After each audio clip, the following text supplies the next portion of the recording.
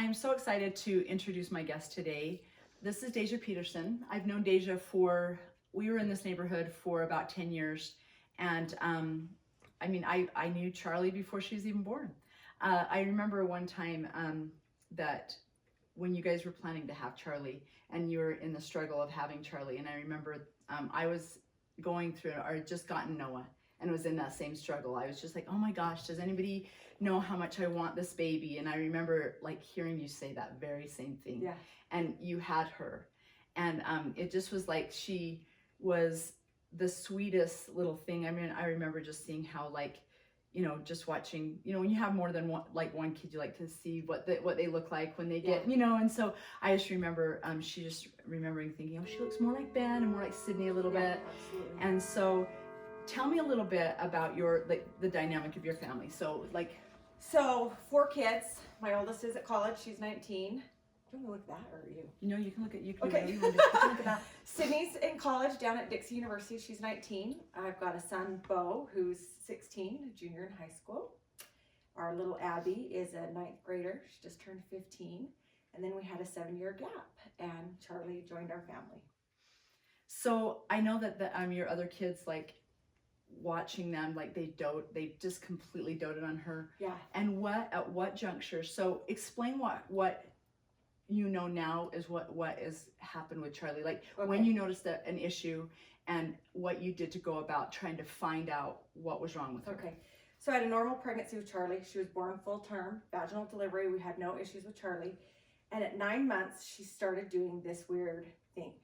And I didn't know what it was, and I didn't know what to call it. So I took her to the doctor at 9 months, and I said, something's wrong. And he said, it's been a long time since you've had a baby. She's just fine. So until we went to our 12-month, 1-year checkup, these things started happening more often. These episodes, if that's what you want to call them, would happen more often. 12 months, I took her to the doctor, and she would never do it while somebody was watching. So I couldn't show him. I couldn't record it. You're a new mom. It's been a while since you've had a baby. This is just fine. So I traded doctors. And that doctor thought it could be a seizure. So he sent us to Primary Children's, and you wait and wait to get an appointment. And then she was misdiagnosed. And so it wasn't until she was 18 months old that we found out she was having myoclonic seizures, which are 2 to 3 second seizures, and she was having over 300 a day. And so that's when all the treatment started, early intervention, in-home therapy. Once we got a diagnosis, then all the help opened up. So it was fighting for the diagnosis. So as soon as just because I am a little bit familiar with the insurance side, yeah, trying to get them and the diagnosis is huge, just because your diagnosis is what's going to warrant them paying for your care, correct? And opening up doors to, oh, you have this is an option. You can do that, Yeah, we had to get a diagnosis. So when you started that process and you got the diagnosis, what did that look like? Was it a relief for you, or did it? No, I was sad, because I thought, how could she be doing this and I not know what it was? And then I thought it was my fault. She's the only child I did not nurse. So I thought, could it be because I didn't breastfeed her? Could it be, what did I do wrong that she had this issue? Anyway. Mom guilt comes on so many Yes. levels, but I think that when something goes wrong, you're probably the first to know. You were probably the first to say, it's not right, it's not feeling right. And it was maybe not what you were visually seeing. It was probably in addition to that, but maybe it was also like, I'm the mom, something is not right, something's not right. And I think that what happens, and I'm just speaking from being a mom, you are feel a little bit invisible. You feel like, is no one else seeing that? And then you feel like that they're thinking you're making it up sometimes. Right.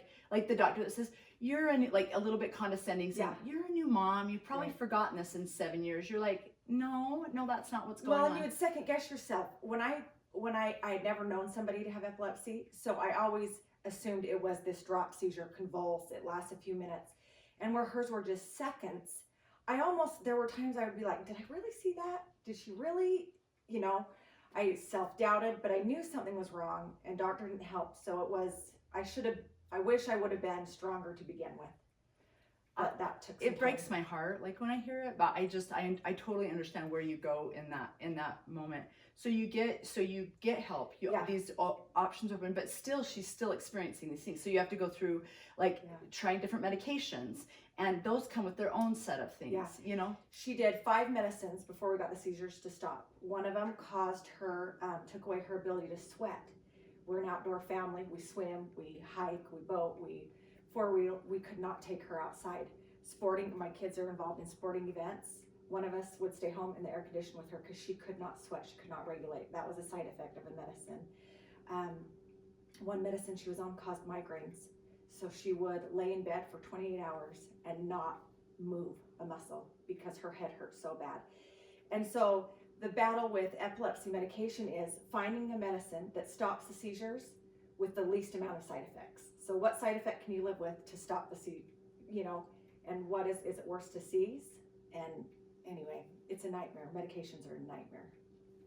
So during this time, I just remember just because like as an outsider, you kind of realize like, at what time did you like stop like I know that in the letter, which I relayed earlier, you said that I just stopped doing anything. Like you just stopped, like, so part of it was like she started to get older, and part of it was just like behavior. You're like, I just don't want to deal with the behavior, and like, so what changed as she started to grow? So along with the epilepsy, Charlie had no communication skills. She didn't talk at all till she was 3.5, so she couldn't communicate. Then you're giving this tiny little body major amounts of medication that are messing with their bodies. Her behavior was terrible. And I felt like nobody understood. And so I self-isolated. It was embarrassing to take her to the grocery store because she would freak out and she would throw and she would hit, and I could not control my child. So then I was embarrassed. And then I feel like a terrible mom because I'm embarrassed of this child. But the truth is, I was embarrassed that she behaved this way and I couldn't control it. And so I self-isolated. I would not open the blinds. I wouldn't go outside. I wouldn't go to church. I wouldn't go to school functions. My older kids are very involved in extra things. And so my husband and I would just take turns. One of us would stay home with Charlie. One of us, and that includes family parties. We didn't even take her to family parties because it's hard. And we have families that love her. It just is hard. So it was like easier to stay you home. were just like thinking, you know what, they love her, but then you don't want it to be a disruption of the entire party, and so you're just like, you know what, I just will cut that out. I'll stay home. So when you do that, obviously anybody that does that, and that's especially someone that goes out a lot. Like, I mean, I feel like that you're a very an extrovert. You like to do outside things. I mean, I think that. So what did you start feeling yourself to do? Like, what did you start doing? So I just got depressed, is what I did. I got depressed. I gained weight, and I was sad all the time. And I grew up with a mom who struggles with depression, and I did not want that for my family. And I can remember the day that Charlie didn't sleep.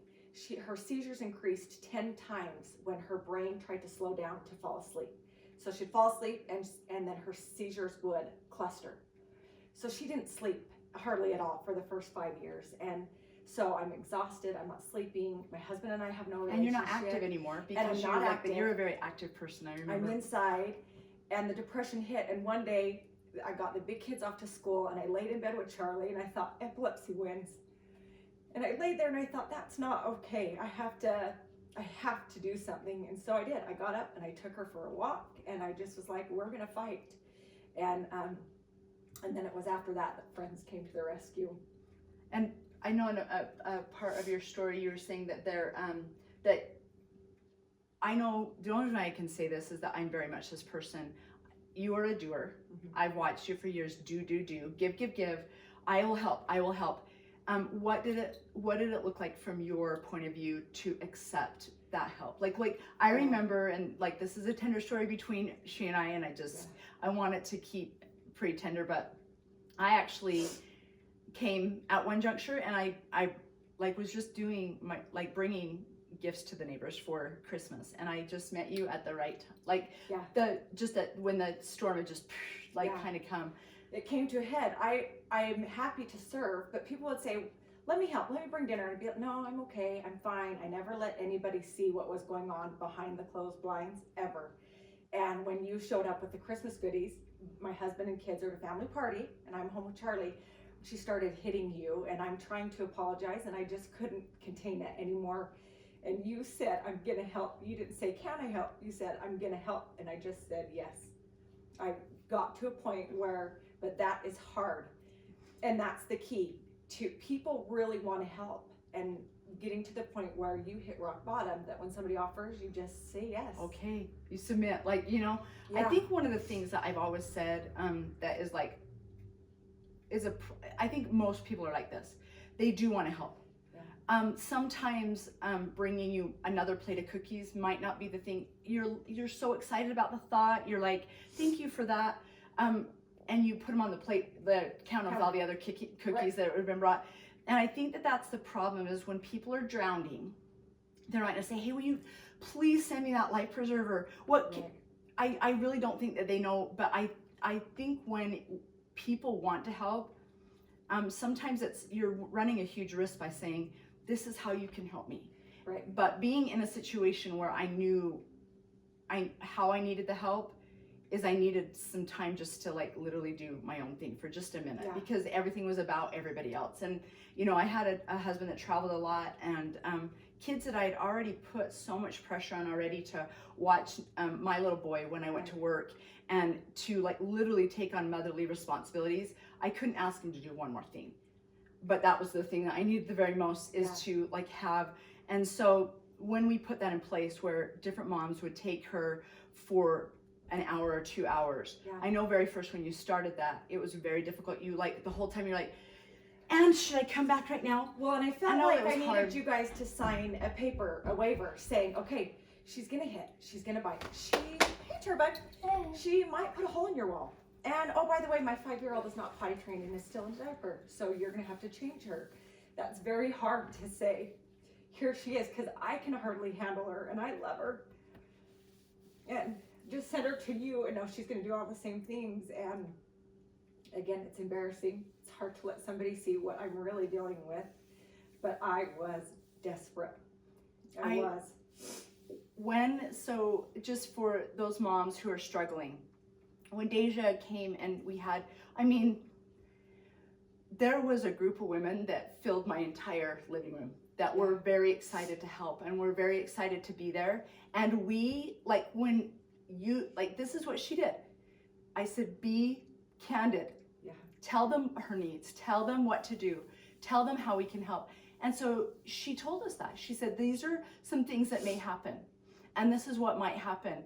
And do you know, every single week did a calendar, and our family was very excited to be able to see Charlie. It was like an honor that, like, I just want you to know, as a person, that we got to serve, but we were the recipients. I mean, I know that but we received, and I think that just getting up and saying, hey, these are my needs, might be a couple things that you know, and I think that this probably happens a lot with teachers, church members, like different parts of your life where you have to kind of explain what's going on, and I think being candid, even though it sounds to you like, oh, I just feel like it was such a help to us that we're helping, because we were saying, okay, this is gonna happen, this is what she likes, this is what she didn't like. And I have to tell you the cutest story. So when we had Charlie, this is about you when you were little. So we had poured her like this cereal, like she wanted cereal. And my husband, like, he had an office downstairs. So he would come up, and he has this little headset on, and he'd come up and he'd get his stuff, and then he'd go back down. And Charlie had her cereal, and she's like, no. Like, he was gonna sit down and eat the cereal, like not go back down to the thing. And so they were eating cereal together, and she took her cereal, which didn't have milk in it. She didn't want milk in it for some reason. She took her cereal and just like dipped it all over his thing, and she looked at him, she's like, no, you do that. And Chad took his cereal bowl and just dipped it. And to us, that moment, we'll always remember that. Like, I mean, she may be 25 and we'll remember that moment. But I think that at that time, the unity, like when people have a concerted effort and they have someone that they help, you cannot help be unified, but be unified. It unified our ward, it unified our neighborhood. And I think one of the things that was such a help for somebody that I'm pretty prideful, and receiving help is really hard. Again, doers never thought that they would be at the other end needing the help, you know. But one of the things that it like helped me with is I remember one time, and it was so refreshing because so many times we have those moments, the moments that you felt like when you were in the grocery store, where you said, I shouldn't be embarrassed. Like, this is like not anything she chose or I chose. And I think that that's one of the things that when I do get mad or upset, like at a parent teacher conference or at some of these things, I'm thinking, I shouldn't feel like that. Don't be that like you're making somebody that's not their fault be the, you know. Right. And so I had to change my perspective. I had to kind of have a sense of humor with it. Like, you know, like I know on my last meme, I said, all right, let's go to parent teacher conference. All you guys, all you other non-flossers, it's like going to that dentist appointment where they just blame you for being a bad parent on flossing. Yeah. But a lot of those moments for me has made me feel like that. Like I feel like people, they don't mean to say the wrong things, and they don't mean to like make you feel like you're less than or you're not as, but in pointing out the obvious, you're like, oh, did you know? And you're like, I know. I'm with her 24 hours a day, 7 days a week. And one of the things that was hard for me was she's got a disability. It's not considered a disability. Epilepsy is considered a disorder. But to look at her, she looks like the average child. And that's she what doesn't have a physical confusing. disability, which would explain some of the behavior. But I'm like, let me show you her MRI, and you can see all this damage, you know. But to look at her, I used to want to just epilepsy, Tourette's. Let me give you all her diagnosis on her forehead so you'll be understanding. But back to what you and the neighbors did for me, there's two important things to learn from that. Is one, when you guys set that up for me, you let me know there was no condition, there was no judgment in what I did in that 2 hours. I could take a nap, I could take a bath, I could get a pedicure, I could go to lunch. I did not have to be productive. I could do whatever it was that I needed, and that was so nice because sometimes I just needed to come home and sleep, do nothing, or cry, and the other thing it did is Charlie got to know other neighbors. So when we would go to church, a lot of those women were in our church. She would see people at church and recognize them and then sit with them, which gave us an hour break. Like, because anybody could be patient with her for an hour. Like when I cannot really after 24 hours. And so it opened up this whole new, not only did you guys help me that, you know, during the week, but then she knew all of these new people, and she would sit with them at church, and I could just sit and kind of fill my bucket for myself for an hour, and that was really helpful. I think that like those little moments that you probably have taken for granted prior to having Charlie. Yeah. I was going to ask you though, how are your other kids? Like what, like is there ever moments that they come and like, Mom, I just want your time. I want it to be me and you. Tell me a little bit about that dynamic. So my kids would never say that, first off. But this affects the whole family. There's a lot of good that comes from it, but there's a lot of hard. It's hard on your marriage. It's hard on your finances. We are a home, our door's never locked. We have a fridge in the garage full of drinks and treats. Everybody's always welcome. And this used to be the place everybody gathered. And now it's hard with fighting and hitting and biting. We're kind of chaos all the time. And so the kids get to a point where it's easier not to bring their friends here. So it's affected them that way. And 100% attention goes to Charlie. And that's okay. We've learned some really good things. That said, I watched my 16-year-old son take care of a friend of ours who's paralyzed from the neck down. And Bo will feed him and change him and transfer and empty his catheter and things he's not nervous to do because of this. For years, I taught classes at the elementary what to do if somebody has a seizure. And maybe 2 months ago, Abby sent me a text and she said, Mom, boy had a seizure in my seminary class. So when she got home, she told me the boy fell, hit his head as he went down and was bleeding. And the seminary teacher left the room to go get help. And Sydney said, Mom, I knew what to do. I stood up, somebody timed, somebody put something soft under his head. People were trying to touch him. I told him, she goes, I knew exactly what to do. And so good has come from the hard and the yucky. It's just remembering the good during the thick of the hard and the yucky. So as one of those people that like my dad was handicapped and all those things that, you know, your son does, is that I learned to do that. but it gives you like a compassion. There's never anyone that's gonna fall in my wake or whatever, that I'm not gonna act like, have that urgency to know, oh my gosh, and have compassion. Like it just teaches this amazing amount of compassion for people, for the families, for like it just, those hearts, it is sometimes where it just kind of gets a lot sometimes. But the fact that like your kids just know this is the thing, whether they feel that or they don't feel that, I think that like they would have just an amazing amount of experience to whatever they're going to do. Right. I was going to ask you, on your marriage, you said it's hard on a marriage. What do you do to keep connected to your spouse? What do you like? Do you guys get to go anywhere or do anything? We don't date. We don't, because I can hardly handle her. So how do you leave her with your child or somebody else? So we do everything as a family. We work as a family. We play as a family. We travel as a family. There will come a time, I think, when that will change, but it's not right now. And I believe there is a time and a season. But sometimes we can walk the trail together, but it's not very often that we get alone time. But I married the most amazing man. Sorry. You did. You married an amazing man. Who is so good and understanding, and it just works. For us, it works. You know, I've got a brother, and he and his wife, they need to get away together for weeks. And Ben and I, we just are friends. We were friends to begin with, and we're friends now, and we talk about everything. We communicate really well, and for now, it's enough.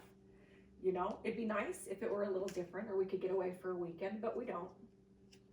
So, and people would offer, but there is no way we'd accept that.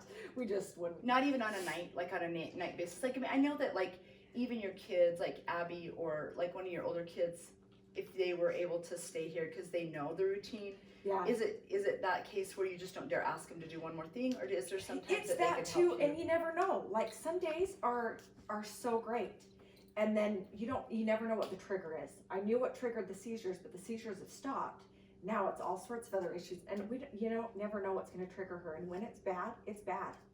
So we just had the blinds ripped off of a window, and we just a year ago filled in all the holes in our walls, and it's hard. It's hard for us as adults, so we don't want to leave that on our kids. But we do everything as a family. So we go to sporting events together, and once you know Charlie, you love her. And so everybody at a baseball game, she doesn't even sit with us. Other families bring treats and books and games, and they play with her and entertain her. And it takes a village. So that's the key, is to find your village and to be open and willing to share how hard it is, and people will come to the rescue. So be vulnerable. Mm-hmm.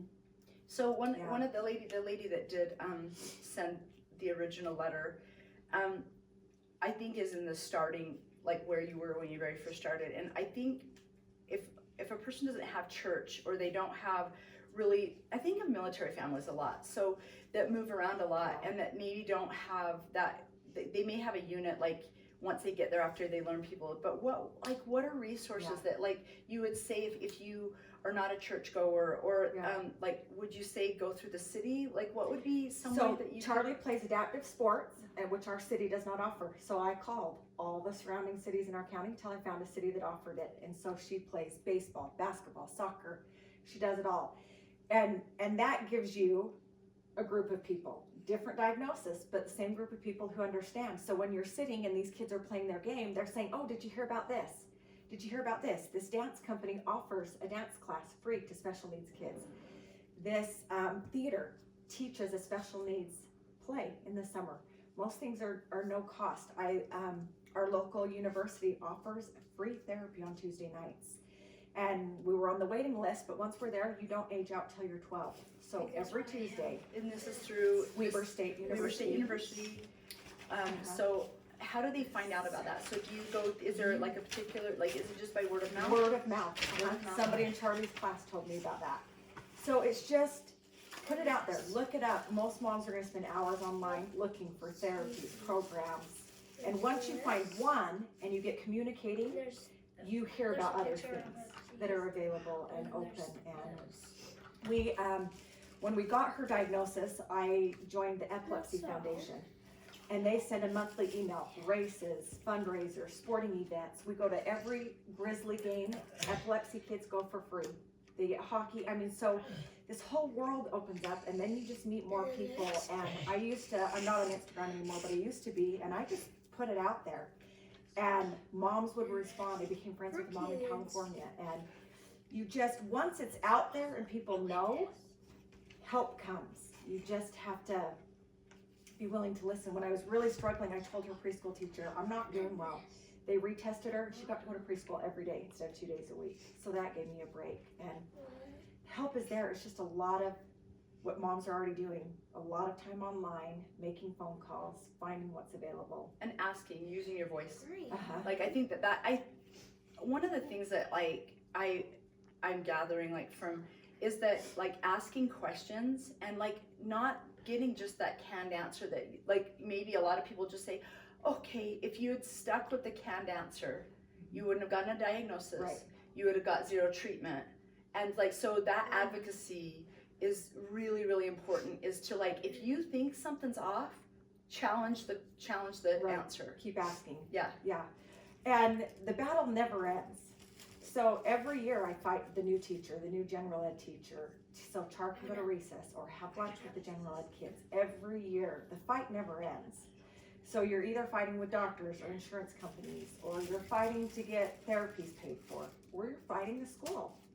So this year I signed up to be the PTA president so that the principal would listen, and the teacher, I had a little more sway, and you do what you gotta do but it took a while. This was like a 5-year get to the point where I felt confident enough to fight for her because nobody else would. And no one else will. No. As a mom, you are going to be the fighter of Yeah. every single thing that you want for your kids, even your older kids. Yeah. If you want your kid to, I always say hell hath no fury until you put it to the mom, and the mom will get it done. Yeah. In fact, when my kids would get lost somewhere, that people always tell them, look for the officer. I'm like, no, look for a mom. Look for a mom. She will make sure you get back to where you need to go. Yeah. And one of the things that I sent you in a text last night that I think it's super important that you know, and all moms know, it is not by coincidence that Charlie got you as a mom. Right. I believe that it's all divine in how it comes to pass. And it's hard to say, because sometimes you're thinking, well, what if I didn't really want this? But at the end of the day, I think of, different people that could be the advocacy, the advocate that you've been, Right. and I can't think of another person. I Yeah. can't think of one more person that would not only fight for your child, but would fight for mine. Right. And I believe that, but when you're in the heart of the yucky and you're in it, it's hard to think why. And what is the purpose? What is the purpose of her struggling and her going through this? And there are good things. There's a lot of hard things. But I do have that strong belief, but it doesn't make it easier Not when at all. you're in the yucky. And I think there's been times where I know that when you're going through a very, very difficult situation, it doesn't matter what religion, what you believe with, Yeah. there'll be people who will say, well, you should just pray harder. Oh, yeah. You should just pray harder. No. And you're just like, I want to hit you with a frying pan. Yeah. But you know what I mean? It just, these answers that's maybe been conditioned from what they've heard their moms say or whatever. And sometimes there is nothing I could say to you that's going to make you feel better. And sometimes, like Brene Brown says, sometimes it's just you grab their hand and just, no, I know, what I mean, call me. Yeah. I think that sometimes that is a lot easier than somebody trying to guess or answer something that is just maybe, Mom, Right. Hey, bud. Yeah. just get my shirt and then I'll be out. Okay, good luck at tryouts today. Yeah, for sure. I learned a whole new way of service that I used to think I was good at serving people until I was on the receiving end, and then I realized there's a whole different way. And instead of asking, can I bring you dinner? I just will send a text. I will have dinner at your house at 5:30. If tonight doesn't work, it'll be a great freezer meal. You can put it in the freezer and save it in it. I don't ask, I just show up and do. Because I was the one who would always say no. I don't need it. I don't. But once I got to the point where I could say yes, it was fantastic. Was there freedom? Was there freedom in Oh that? my gosh, yeah. Because all I had to do was be brave for just a little bit and realized, okay, so the first time Charlie went to your house, and it was okay. Yeah. I work after tryouts, so I won't be home till around 10. Okay, love you, bud. Okay. She went to your house and nobody died, right? And so it was okay. So it was a little easier to send her to the next house. And then it got easier. And then when people would say, can I bring you dinner? Yes, you can totally bring dinner.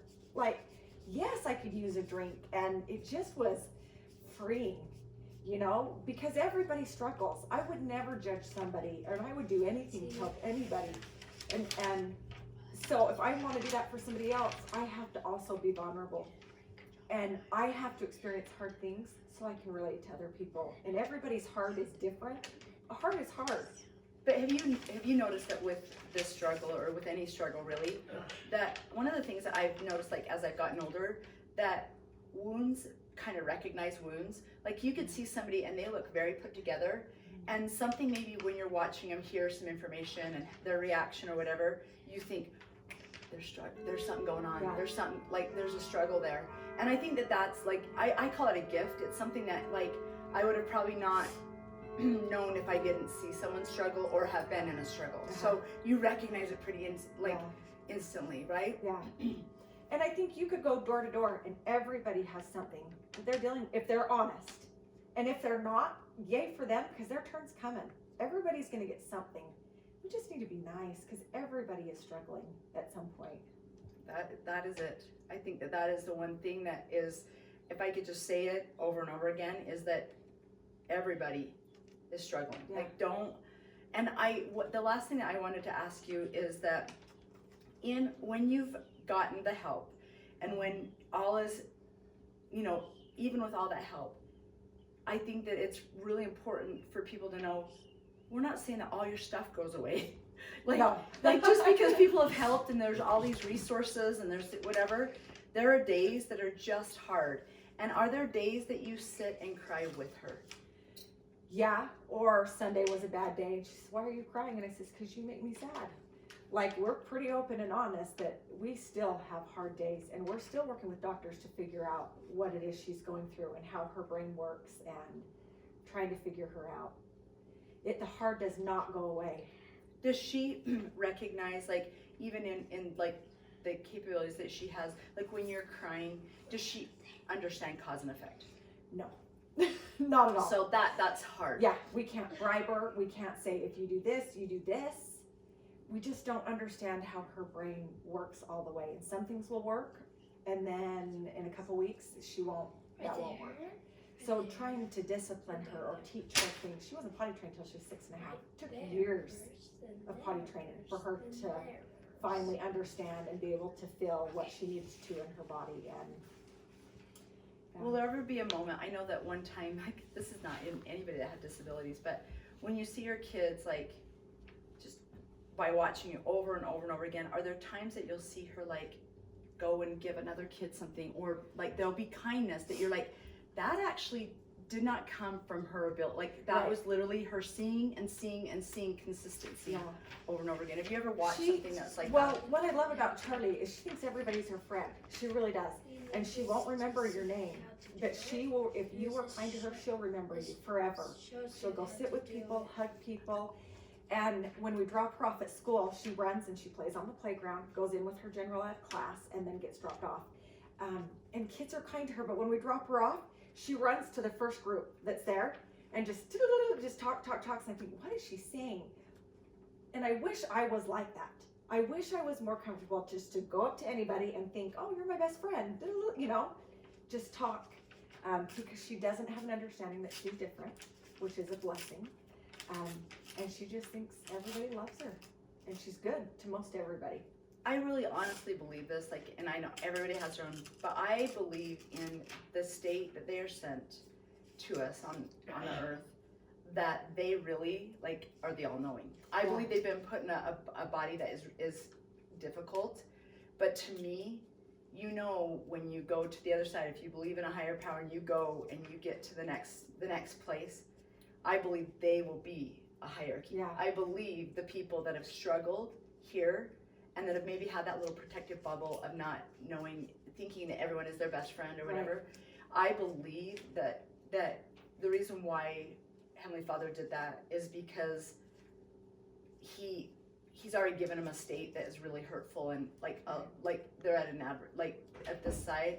But I believe when they really are of high importance. I believe that that's why they are protected in a sense, because if they knew that there are unkind people and not everybody is their best friend, the struggle would be so much more like, it would be just heartbreaking.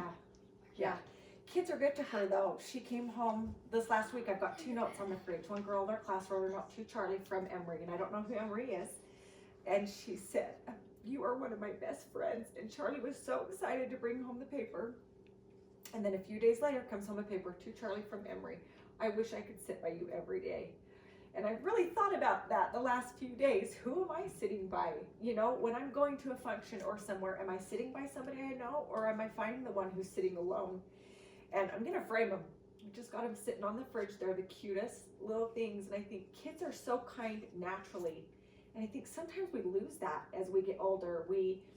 Whatever our own feelings, we're nervous or we're shy or we feel inadequate. It's fearful. Like we get older and we're so scared to put ourselves out there because we've been hurt. Yeah. Some people have not been nice. But kids don't have that. And kids are so good to her. And anyway, it's been a really neat thing to see how other kids interact and treat her, and it's usually the adults I have problems with. Yeah, and it's usually, if you talk to any leader or any teacher, it's usually adults that they have problems with too. Yeah. So if we were to say in one nutshell, if you were just to if you could like bottle up a message and you could put something out there to say, just what would be the message that you could just like, if you could can it and say one thing, what would you say? I would say it takes a village, whether you have a special needs child or not. It takes a village, so find yours. And you can find them at church, you can find them in your community, you can find them, just put yourself out there, get involved and find your people that will help, and then be really brave and say yes. When the help is offered, just say yes one time, and it gets easier after that. Well, to me, it's been an honor to be part of your village. You are my village. Thank you for letting me be, like, to see just people that, I mean, I can't say enough. Like, I watch, and when I think of perfection, there's, you know, the quote, imperfectly perfect. Yeah. Deija Peterson is there. Thank you. So you're welcome. Thank you for letting me come to your house. I Thank appreciate you. it. And Happy I will to have list ya. some, I will list for Utah people, I will list below those resources that you can contact Deija and try to see if you can get in on that Tuesday meeting. For all of those that are out of state, look for those. Hey. They are trying to get that program in other universities, so it's only offered at Weber State. But look at your So, libraries. yeah. Look at the local, like the community events. You will find like people. Charlie, yes. So I got a River State and I swim first, then I color, then another Tuesday I go to River State and then swim and rock climb. You do? Yeah, So you she rock gets climb. to swim and rock climb at Weber State. Weber State. Great, great, great. That's what Charlie says, huh? Weber State.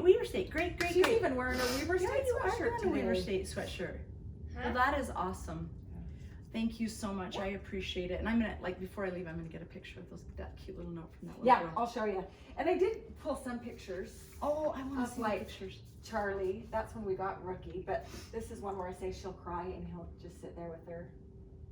And this is a migraine day, and they will lay like that and not move, either one of them, for hours and hours and hours. I'm not kidding when I say Can I see- 28 hours. Yes, we'll show you. Let me We go will get get these. will you get So- pictures of those? So you Yeah. can just take